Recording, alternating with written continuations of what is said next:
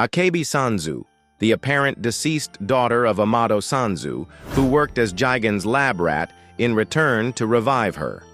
Amado decided to betray Jigen, however, as it would assure his plan to become successful. He implanted a weaponized karma from Kawaki, which belonged to Ishiki. With this karma, Kawaki's job is to implant a karma onto a prepared vessel of Akebi that Amado had prepared. The karma seal has Akebi's DNA, which when implanted onto Akebi's cloned body, she should be able to resurrect.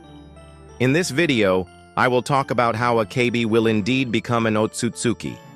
In Chapter 75, we got introduced to a god, Shibai Otsutsuki, a being who's no longer with us, but discarded his body as he no longer needed it.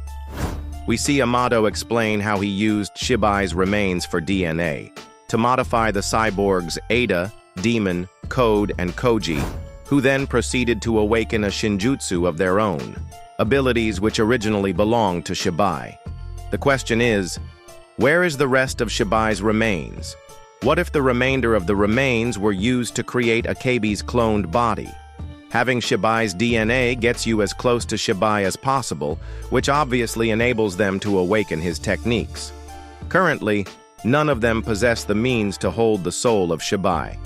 However, the reincarnation of Shibai's soul is impossible as he is alive and already transcended to a higher plane of existence. Now it leaves Boruto and Kawaki, who both wield the karma seal. However, Boruto already has an Otsutsuki soul residing in him, being Momoshiki. Kawaki does not have one. As of now, we don't know what Amato is plotting, but even Shikamaru agrees that it's all part of the master script Amado wrote. But for some ulterior motive, he's not only trying to bring back Akebi, but he's also trying to bring an entity into existence that rivals pre-ascension Shibai. And in the recent chapter, he didn't really fail to hide the fact that he'd fight back if his daughter turned out to be a new Otsutsuki. Akebi can potentially gain her soul and memories, and also gain the body of Shibai Otsutsuki through the karma Kawaki might put onto her. And Amado is desperate to bring forth this outcome because his desperation has been apparent for a while now. The question of whether she is evil or not is still unknown, as nobody knows what Akebi was like when she died, so her personality might not be the best and turn out for the worst. This could just simply be a desperation of a father, which would make Amado innocent all along, or this could be a plan of a master manipulator to turn his daughter into a god and rule over everything. Now let's move on to Akebi's karma seal. When Kawaki does implant karma on Akebi, where do you think the seal will be? You're probably thinking about why this matters. Well, it doesn't really matter with the point of this video, but a point for another video and Boruto theory. If the karma seal appears on Akebi's forehead, it could strongly hint at a connection to the Byakugu seal, as stated a few times in Next Generations. We might even get more answers to the relation between the two seals. Of course, if she's going to contend as a good villain, she should have a shinjutsu. As we know, the concept of shinjutsu was introduced in Chapter 75 pre-time skip, following a lengthy explanation from Amado, who clearly states that shinjutsu are divine abilities and that the ninjutsu derived from them is merely an imitation. To get straight to the point, we understand that a certain list of characters inherited Shibai's cells, logically granting them certain divine abilities. To clarify, the Shibai cells that the cyborgs have in their bodies are from pre-ascension Shibai. Thanks to Kashin Koji's case, I think we can theorize how the cyborgs awaken their shinjutsu. Kashin Koji has awakened his shinjutsu when he was on the verge of death, when he thought that his mission was over. I believe certain conditions like this must be favorable and met for the awakening of shinjutsu in cyborgs. To go even further, I think shinjutsu resembles in some way the character's personality or their past experiences. For example, Kashin Koji, who is the clone of Jiraiya, was a messenger of prophecy, confronted with destiny through his student Naruto. He was like his herald.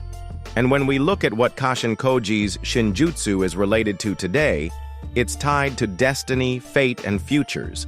perfectly aligning with the character of Jiraiya, who is essentially Kashinkoji now. As for Demon, I think his shinjutsu emerged during an imminent danger surrounding his sister, allowing him to reflect dangerous attacks back onto Ada's detractors. I believe that both Ada and Demon awakened their powers after a significant emotional shock. Ada due to her desire to be loved, and Demon due to his strong desire to protect. Looking at it, this also resembles the conditions under which Kawaki regained his karma seal. Instead of using Akebi in this case, I will be using Delta. Delta is a cyborg created by Amado based on the physical model of his daughter. Originally, she was meant to be the resurrection of Akebi, Amado's daughter, but this attempt failed. Delta's divine power will therefore inevitably be connected to Akebi, Amado's issues, and even Kawaki. Yes, you heard that right. I believe all these conditions are relevant and necessary and will be related to her future shinjutsu. In the storyline, Delta is most connected to Amado, Kawaki, and her former self, Akebi. Some theories suggest that Akebi might be Kawaki's mother. If that's the case, I have a theory about the awakening of her shinjutsu. Unlike the others, Delta appears to be entirely constructed of external mechanisms. She seems more like a robot compared to the others, who have only been biologically and genetically modified. Originally, Delta is a ruthless being, with even multiple lives, and is devoid of all emotions. However, a divine phenomenon has given her an entirely new personality, making her someone capable of understanding human emotions. Yes, Ida and her charm powers have indeed humanized Delta. Without Ida, Delta would never have been able to grasp human emotions and thus would never have unlocked her shinjutsu, which theoretically requires a psychological and emotional shock under certain conditions. Now that Delta is humanized, she meets all the conditions necessary for the awakening of her shinjutsu, in my opinion. I think a shock following an imminent death, possibly involving Kawaki or Ada, could trigger its awakening.